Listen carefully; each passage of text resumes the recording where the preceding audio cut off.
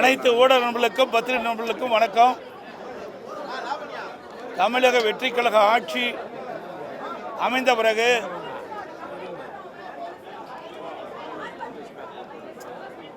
வேளாண் பட்ஜெட் முதல் இரண்டாம் நாளில் தாக்கல் செய்யப்பட்டிருக்கின்றார்கள். முதல் வேளாண் பட்ஜெட். இந்த வேளாண் பட்ஜெட்டில் விவசாயிகள் பெரிய எதிர்பார்ப்போடு இருந்தாங்க. ஆனால் அந்த வேளாண் பட்ஜெட்டில் விவசாயிகளுக்கு மிகப்பெரிய ஏமாற்றம் தான் மிஞ்சியது. கடந்த கால திராவிட முன்னேற்ற கழகத்தில் வேளாண் பட்ஜெட் என்று அறிவிக்கப்பட்டு ஒவ்வொரு ஆண்டும் சட்டமன்றத்திலே வேளாண் பட்ஜெட் சமர்ப்பிக்கப்பட்டார்கள். அதில் 20 டிபார்ட்மெண்ட் 20 துறைகள் ஒன்றாக இணைந்து வேளாண் பட்ஜெட் என்று அறிவிக்கப்பட்டார்கள்.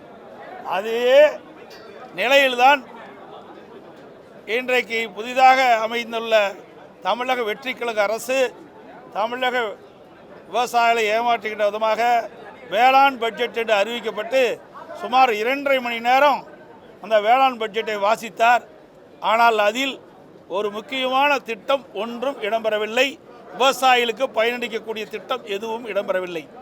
ஏற்கனவே ஒவ்வொரு ஆண்டும் வேளாண் மானிய கோரிக்கை நடைபெறுகின்ற பொழுது என்ன அறிவிப்பு இருக்கின்றதோ அதே அறிவிப்பு தான் வேளாண் பட்ஜெட்டிலும் இடம்பெற்றிருக்கின்றது. கடந்த காலத்தில் திராவிட முன்னேற்ற கழக ஆட்சியில் 20 துறையும் ஒன்றாக இணைத்து வேளாண் பட்ஜெட்டை அறிவித்தார்கள். அதில் எப்படி துறை வாரியாக இந்த 20 துறை வாரியாக எப்படி அறிவிக்கப்பட்டதோ அதே போல தான் இன்றைக்கு தமிழக வெற்றி கழகம் வேளாண் பட்ஜெட்டை சட்டமன்றத்தில் சமர்ப்பிக்கின்ற பொழுதோ அதையே திருப்பி ஸ்டிக்கர் ஒட்டி அறிவிச்சிருக்கிறாங்க. அவ்வளவுதான், புதுசாக எதுவுமே இல்லை. இன்றைக்கு தேர்தல் நேரத்தில் தமிழக வெற்றி கழகம் ஆட்சிக்கு வந்தால் விவசாயிகளுக்கு ஒரு குவிண்டால் நெல்லுக்கு 3500 ரூபாய் கொடுப்பதாக தெரிவித்தார்கள். அதே போல் கரும்புக்கு டன்னுக்கு ஆதார விலையாக ஒரு டன் மெட்ரிக் டன் கரும்புக்கு குறைந்தபட்ச ஆதார விலையாக ரூபாய் 4500 ரூபாய் வழங்கப்படும் என்று அந்த தேர்தல் காலத்திலே தமிழக வெற்றி கழகத்தின் சார்பாக தமிழக வெற்றி கழக தலைவர் திரு ஜோசப் விஜய் அவர்கள் அறிவித்தார்கள். ஆனால் இன்றைய தினம் வேளாண் பட்ஜெட்டிலே அந்த அறிவிப்பு இடம்பெறவில்லை, பட்ஜெட்டிலும் இடம்பெறவில்லை. அதே போல் விவசாய குத்தகைக்கு ஓட்டுகின்ற விவசாயிகள் விவசாய தொழிலாளிகளுக்கு வருடத்திற்கு 10,000 ரூபாய் வழங்கப்படுவதாக அறிவித்தார்கள். அவருடைய அந்த புத்தகம், அந்த வெற்றி கழகத்தினுடைய தேர்தல் அறிவிப்பு புத்தகம். அதில் பார்த்திங்கன்னா சொந்தமாக விவசாய நிலம் வைத்துள்ள ஒவ்வொரு விவசாய குடும்பத்திற்கும் விதைப்பு கால நிதியுதவியாக ஆண்டுக்கு 15,000 ரூபாய் 2 தவணைகளில் ஜூலை ஆகஸ்ட் பருவம் ஜனவரி பிப்ரவரி பருவம் வழங்கப்படும். விதைப்பு கால செலவுகள் சமாளிப்பதற்கு இந்த நிதி உதவி வழங்கப்படும். 2 முறை 5,000 கொடுக்குறாங்க. இந்த அறிவிப்பில் இடம்பெறல. அதே போல் உழவர் தோழர் திட்டம் என்ற ஒரு திட்டத்தை அறிவித்து குத்தகை விவசாயிகள் மற்றும் விவசாய கூலி தொழிலாளர்களுக்கு உழவர் உரிமை அட்டை வழங்கப்படும் முறை அறிமுகப்படுத்தப்படும். இந்த உரிமை அட்டை வைத்திருக்கும் உழவர்களுக்கு ஆண்டுக்கு 10,000 ரூபாய் உதவித்தொகை நேரடியாக அவருடைய வங்கி கணக்கில் செலுத்தப்படும் என்ற அறிவிப்பு தான் கொடுத்தாங்களுடைய இனிக்க விவசாயிகளை ஏமாற்றுகின்ற விதமாக விவசாய தொழிலாளிகளை ஏமாற்றும் விதமாக தேர்தல் நேரத்தில் அறிவிப்பை கொடுத்துவிட்டு இந்த வேளாண் பட்ஜெட்டில் இந்த அறிவிப்பெல்லாம் எதுவுமே இடம்பெறல. அதோட தேர்தல் நேரத்தில் விவசாயிகளுக்கு அந்த புக்கு தான் நிறைய இருக்குது, அது பூரா படிக்கிறது தான் நிறைய நேரம் ஆகும். ஒன்று கூட அவர்கள் அறிவிக்கல. இது விவசாயிகளை ஏமாற்றுகின்ற பட்ஜெட். இவர்களும் கடந்த கால ஆட்சி போல வேளாண் பட்ஜெட் என்ற ஒரு நாடகத்தை இன்றைய தினம் அரங்கேற்றிருக்கின்றார். அதே போல விவசாயிகளுக்கு தொடக்க வேளாண் கூட்டுறவு கடன் சங்கத்தில் 5 ஏக்கருக்கு குறையாக நிலம் வைத்திருக்கின்ற விவசாயிகளுக்கு அவர்கள் தொடக்க வேளாண் வாங்கிய பயிர்க்கடன் முழுவதும் தள்ளுபடி செய்யப்படும் என்ற அறிவிப்பை கொடுத்தார்கள். 5 ஏக்கருக்கு மேல் நிலம் வைத்திருக்கின்ற விவசாயிகள் தொடக்க வேளாண் கூட்டுறவு கடன் சங்கத்தில் வாங்கிய பயிர்க்கடன் பாதி தள்ளுபடி செய்யப்படும் என்று அறிவித்தார்கள். ஆனால் கிட்டத்தட்ட ஒரு மாதத்திற்கு முன்பு தமிழ்நாடு முதலமைச்சர், தமிழக வெற்றி கழகத்தினுடைய அரசு சிறு குறு நடுத்தர விவசாயிகள் 5 ஏக்கருக்கு குறைவாக நிலம் வைத்திருக்கின்ற விவசாயிகளுக்கு 75,000 ரூபாய் கடன் தள்ளுபடி செய்யப்படும். அதற்கு மேல் இருக்கின்ற அனைத்து விவசாயிகளுக்குமே, இந்த சிறு குறு விவசாயம் சரி பெரு விவசாயம் அனைவருக்கும் 35,000 ரூபாய் தான் பயிர்க்கடன் தள்ளுபடி செய்யப்படும் என்ற அறிவிப்பை கொடுத்திருக்கிறார்கள். ஆனால் இந்த தேர்தல் அறிக்கையில் அவர்கள் கொடுத்ததற்கு மாறாக விவசாயியுடைய கடன் தள்ளுபடி செய்திருக்கிறார்கள். ஆக மொத்தம் விவசாயிகளை ஏமாற்றியிருக்கின்றார்கள். இதுதான் இந்த பட்ஜெட்டில் காண முடிகிறது. உண்மையிலேயே விவசாயிகளுக்கு நன்மை கிடைக்கக்கூடிய பட்ஜெட் இது இல்லை என்பதை இந்த நேரத்தில் தெரிவிக்கிறேன். அதோட அதிமுக ஆட்சியில் பல்வேறு திட்டங்களை நான் நிறைவேற்றி கொடுத்தோம். குடிமராமத்து திட்டம் என்ற அற்புதமான திட்டத்தை கொண்டு வந்து நிறைவேற்றிக்கிறோம். ஏரி குளம் குட்டைகள் அனைத்தும் தூர்வாரப்பட்டது. அது பல திட்டத்தை இணைச்சு இன்றைக்கி அறிவிச்சிருக்கிறாங்க. அதுக்கு ஒரு 1,500 கோடின்னு அறிவிச்சிருக்கிறாங்க. ஆனால் அது முழுசாக குடிமராமத்து திட்டத்துக்கு அறிவிக்கலை. அனைத்து இந்திய அண்ணா திராவிட முன்னேற்ற கழகம் ஆட்சி இருக்கின்ற பொழுது ஊராட்சி ஒன்றியத்தின் மூலமாக இருக்கின்ற சுமார் 24,000 ஏரிகள், 26,000 ஏரிகள், அதில் குளம் குட்டை நீர்நிலைகள்லாம் தூர்வாரப்பட்டு மழை காலத்தில் தண்ணீர் தேங்கக்கூடிய சூழலை உருவாக்கி தந்தோம். அதே போல் பொதுப்பணித்துறையின் கீழ் இருக்கின்ற 14,000 ஏரிகளில் சுமார் 6,000 ஏரிகள் தூர்வாரப்பட்டன. அதற்காக சுமார் 1,240 கோடி நிதி ஒதுக்கீடு செய்யப்பட்டது. இதனால் இப்பொழுது இருக்கின்ற வறட்சி காலத்தில் அனைத்து இந்திய அண்ணா திராவிட முன்னேற்ற கழக ஆட்சியில் தூர்வாரப்பட்ட ஏரியில் தூர்வாரப்பட்ட காரணத்தினால் இன்றைக்கு நீர்நிலைகளில் அங்கங்கே தண்ணி இருக்கின்றது. நிலத்தடி நீர் அங்கங்கே பல பகுதியில் வற்றாமல் இருக்கின்றது. இவ்வளவு வறட்சியான காலத்திலும் அனைத்து இந்திய அண்ணா திராவிட முன்னேற்ற கழக ஆட்சியில் போடப்பட்ட திட்டம் இன்றைக்கு விவசாயிகளுக்கும் பொதுமக்களுக்கும் கை கொடுக்கின்றது. ஆனால் அந்த திட்டத்துக்கு முழுமையான அறிவிப்பு கிடையாது. தடுப்பணை கட்டுக்கிட்ட அனுப்பும் கிடையாது. பல துறை இதில் நினைச்சிருக்கிறாங்க. ஏன்னா ஒவ்வொரு துறைக்கும் ஒரு அமைச்சர் இருக்கிறாங்க. இன்றைக்கு நேற்றைய தினம் பொது பட்ஜெட் போட்டாங்க. ஒவ்வொரு துறைக்கும் நிதி ஒதுக்கீடு செஞ்சுருக்கிறாங்க.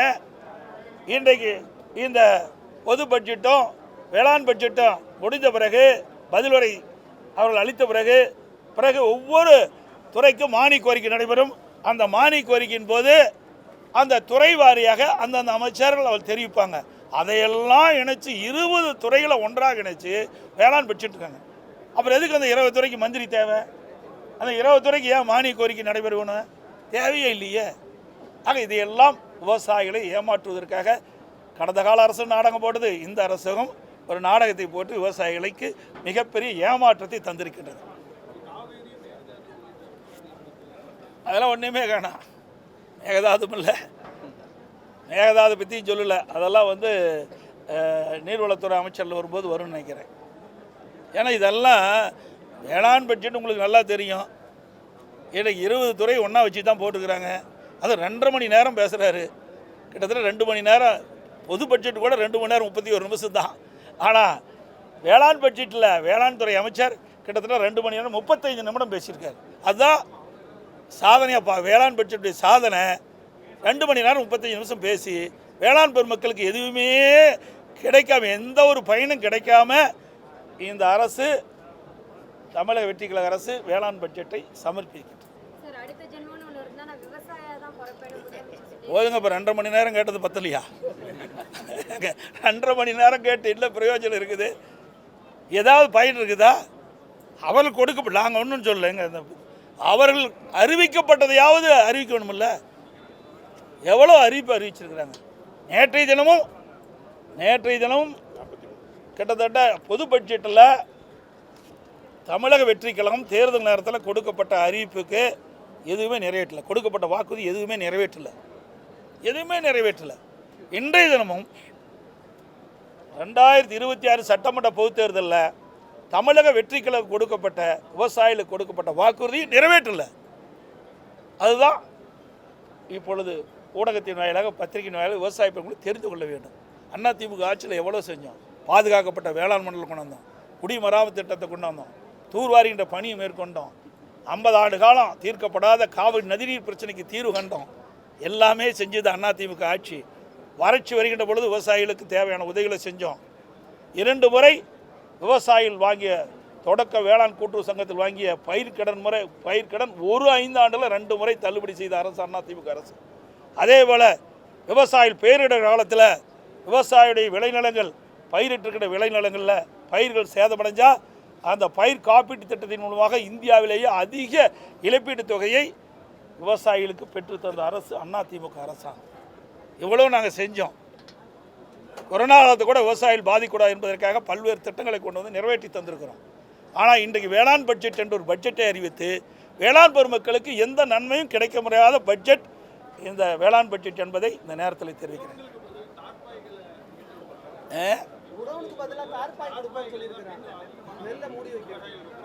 அதாவது ஏற்கனவே நிறைய இருக்குது. அதை நான் ஏன்னா இப்போ அங்கே வேளாண் பட்ஜெட்டை முடிஞ்ச உடனே வந்துட்டேன். அதில் அந்த பட்ஜெட் அந்த புத்தகத்தில் நிறைய இருக்குது. ஏன்னா இன்றைக்கி விவசாயிகள் உற்பத்தி செய்யப்பட்ட நெல்மணிகளை மூட்டை பிடிச்சி அரசனுடைய நேரடி நெல் கொள்முதலை கொண்டு வந்து தங்களுடைய உற்பத்தி செய்யப்பட்ட நெல்லை விற்பனை செய்கிறாங்க. ஆனால் கடந்த கால திராவிட முன்னேற்ற கழக ஆட்சியில் விவசாயிகள் விற்பனைக்காக கொண்டு வரப்பட்ட அந்த நெல்லை அவர்கள் உடனுக்குடன் நேரடி நெல் கொள்முதல் செய்யாத காரணத்தில் மழைக்காலத்தில் அந்த நெல்மணிகள்லாம் முளைத்து பல லட்சம் மூட்டைகள் வீணாச்சு. பல விவசாயிகள் கடுமையாக பாதிக்கப்பட்டாங்க. நான் கூட நேரடியாக டெல்டா மாவட்டத்துக்கு போய் அதெல்லாம் பார்த்துட்டு வந்தேன். இந்த அரசாங்கம் அப்போ இந்த புதிதாக வந்த அரசாங்கம் அப்பொழுது என்ன சொன்னாங்க? தமிழக வெற்றிக்கழகம் ஆட்சிக்கு வந்தால் விவசாயிகளுக்கு முழு பாதுகாப்பு கொடுப்போம். விவசாயிகள் உற்பத்தி செய்யப்பட்ட நெல்லை நேரடி கொள்முதலுக்கு கொண்டு வந்தவுடன் உடனுக்குடன் கொள்முதல் செஞ்சு விவசாயிகளுக்கு தேவையான உதவிகள் செய்யப்படுனாங்க. இந்த ஆட்சிக்கு வந்த பிறகும் கடந்த கால ஆட்சியில் என்ன நிலைமை இருந்தோ அதே நிலை தான் இருக்குது. விவசாயிகள் உற்பத்தி செய்யப்பட்ட நெல்லை நேரடி நெல் கொள்முதலுக்கு கொண்டு வந்து திறந்த வெளியில் அடித்து வைக்கின்ற பொழுது உடனடியாக நெல்லை கொள்முதல் செய்யாத காரணத்தினால அது பாதுகாப்பு வைப்பதற்கு தார்ப்பாயம் கொடுக்கல. அதனால் கடந்த கால அரசு போல மழையில் நனைந்து அந்த நெல்மணிகள்லாம் முளைத்து விவசாயிகள் பெரும் நஷ்டத்துக்குள்ளாக இருக்கிறாங்க. அதுதான் தார்ப்பாய் கொடுக்கணும்னு சொல்லியிருக்காங்க. தார்ப்பாய் கொடுத்தா தான் நிஜம். அதையாவது செய்யட்டும். விவசாயிகளுக்கு என்று எதுவுமே செய்யலை. இந்த வேளாண் பட்ஜெட்டில் எதுவுமே விவசாயிகளுக்கு நன்மை கிடைக்கக்கூடிய திட்டங்கள் எதுவுமே பார்க்க முடியவில்லை. தஞ்சை, திருவாரூர் முதலான டெல்டா மாவட்டங்கள் கடுமையான வறட்சிக்கு சந்திச்சுவிட்டது. குடிக்க தண்ணி இல்லை அப்படின்னு சொல்லிட்டு பொதுமக்கள் போராடக்கூடிய ஒரு சூழ்நிலையில தான் இருக்காங்க. இப்படிப்பட்ட ஒரு சூழ்நிலையில காவிரி விவகாரத்தில் தாவேக அரசினுடைய அந்த செயல்பாடு அணுகுமுறை திருப்தி அளிக்கும் வண்ணம் இருக்கிறதா? நீங்கள் அவையில் தான் கேட்கணும். நாங்கள் தான் தெளிவாக சொல்லிட்டோம். காவிரிக்காக என்னென்ன செய்தோம் என்ற வரலாற்றையே நான் பல முறை ஊடகத்திலையும் பத்திரிகையிலும் சொல்லிட்டாங்க. எங்களுடைய இதயம் புரட்சித் தலைவி அம்மாவில் காவிரி நீரை பெறுவதற்கு 4 நாட்கள் உண்ணாவிரதம் இருந்த தலைவி புரட்சித் தலைவி அம்மா.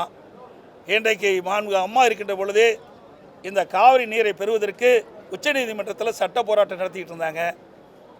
அவர்கள் துரதிர்ஷ்டவசமாக மறைந்த பிறகு அனைத்து இந்திய அண்ணா திராவிட முன்னேற்ற கழக அரசு, அம்மாவுடைய அரசு தொடர்ந்து சட்ட போராட்டம் நடத்தி உச்சநீதிமன்றத்திலே விவசாயிகள் மகிழ்ச்சி அடைகின்ற அளவிற்கு ஒரு அற்புதமான தீர்ப்பை பெற்றோம். ஆண்டுக்கு 177.25 டிஎம்சி தண்ணீரை கர்நாடக அரசு ஒவ்வொரு ஆண்டும் மாதாந்திர வாரியாக திறந்து விடப்பட வேண்டும் என்ற தீர்ப்பை நாங்கள் பெற்றோம். அதை கூட இந்த அரசு நிறைவேற்ற முடியல.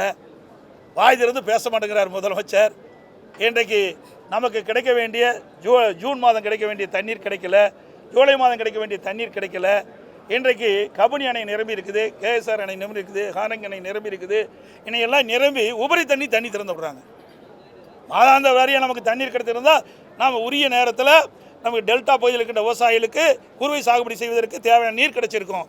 ஆனால் மாதாந்திர வாரியாக நமக்கு கர்நாடக அரசு தண்ணீர் திறக்கவில்லை. இந்த அரசு தண்ணீர் பெறுவதற்கு எந்த முயற்சியும் எடுக்கலை. வாய் திறந்து கூட பேச மாட்டேங்கிறார். அது மட்டும் இல்லை, ஒட்டுமொத்த தமிழ்நாட்டிற்கு இழுக்கு ஏற்படுகின்ற விதத்தில், தலைகுனி ஏற்படுகின்ற விதத்தில் இவர் கர்நாடகத்துக்கு போகிறங்கிறாரு. கர்நாடக முதலமைச்சர் வர வேண்டான்னு சொல்கிறார். கர்நாடக முதலமைச்சர் கர்நாடகத்துக்கு வர வேண்டான்னு சொல்கிறார்.